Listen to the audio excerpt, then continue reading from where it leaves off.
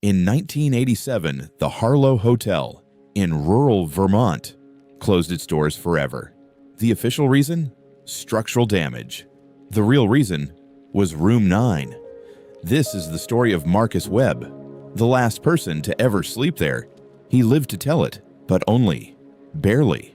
Marcus Webb was not a superstitious man. He was a traveling insurance adjuster, 34 years old, practical, to a fault. He had slept in hundreds of hotels across New England. He knew creaky floors. He knew bad plumbing. He knew the way old buildings talk to themselves at night.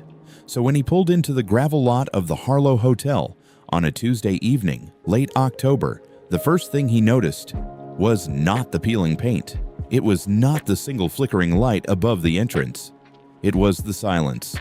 Not the comfortable silence of a quiet countryside. Something else. The kind of silence that feels occupied. The woman at the front desk barely looked up when he entered. Gray hair pinned tight. Reading glasses low on her nose. She slid a brass key across the counter. Without a word. Room 9. "Is there anyone else staying here tonight?" Marcus asked. She paused, just for a second. "No," she said, "just you." Room 9 was at the end of the hall, last door on the left. The carpet was the color of dried blood, though Marcus told himself it was just old burgundy. Hotels from this era always had dark carpets. The room smelled of pine cleaner and something underneath it, something older, like a drawer that had not been opened in decades. He set his bag down, checked the window, nothing but black trees, and a pale sliver of moon.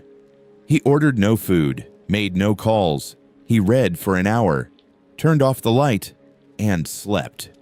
At 3:17 a.m., he woke up. He knew the exact time because he had looked at his watch immediately. He could not explain why, just that something told him to mark the moment. The room was completely dark, but he was not alone. He did not hear anything. At first, he felt it. A weight, not on the bed, beside it. The specific, unmistakable sensation of something standing very close to where he lay. Marcus Webb, the practical man, the man who did not believe in these things, did not move. He told himself it was a dream. Sleep paralysis, the brain misfiring. Then he heard breathing. Shallow, irregular, like someone trying very hard not to make a sound. He reached for the bedside lamp. His hand found the switch. The light clicked on. The room was empty, but the chair in the corner, the wooden chair that had been pushed against the wall when he arrived, was now pulled forward, positioned directly beside his bed, facing him. Marcus did not sleep again that night. In the morning, he went down to the front desk. The woman was already there. Same position, same glasses. "How long has this hotel been open?" he asked. "Since 1921, she said. "Has anything happened here?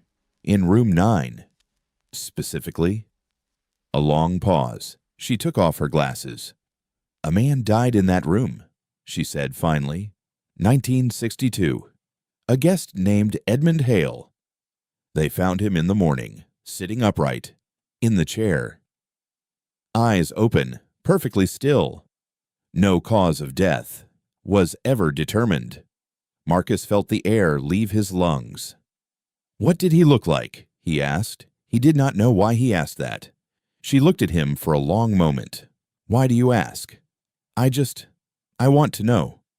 She reached beneath the counter and pulled out an old framed photograph, black and white, hotel staff, 1962. She pointed to a man in the back row, thin, dark eyes, slightly hunched. "That is Edmund," she said. Marcus stared at the photograph. Then he set it down on the counter, picked up his bag, and walked out of the Harlow Hotel without another word. He never told anyone what he saw in that photograph for 20 years. When he finally did, in a letter to his daughter, written from a hospital bed in 2009, he described the man in the photograph in 4 words. He was standing there, standing in the background of the 1962 photo, behind the staff, half in shadow, a man in a dark coat. Staring directly at the camera. Edmund Hale had died alone in room 9. There was no one else in that hotel the night of the photograph. And yet, the Harlow Hotel closed in 1987. The official report cited structural instability, but the building inspector who filed the report later admitted in a recorded interview that was not the real reason. He said when he entered room 9 to assess the damage, he found the wooden chair pulled to the center of the room, facing the door, as if waiting for the next guest. Marcus Webb died in 2011. His daughter found his letter. She also found, tucked inside the envelope, a photograph. Black and white, the Harlow Hotel, 1962. She recognized her father immediately, though he would have been 7 years old in 1962, too young to have been there. And yet, there he was, standing in the back row, staring directly at the camera. Some places remember the people who visit them. Some people were always meant to return. This has been Dark Spire. If this story kept you up tonight, you are exactly where you are supposed to be. Subscribe, turn on notifications, and leave a light on. Or don't.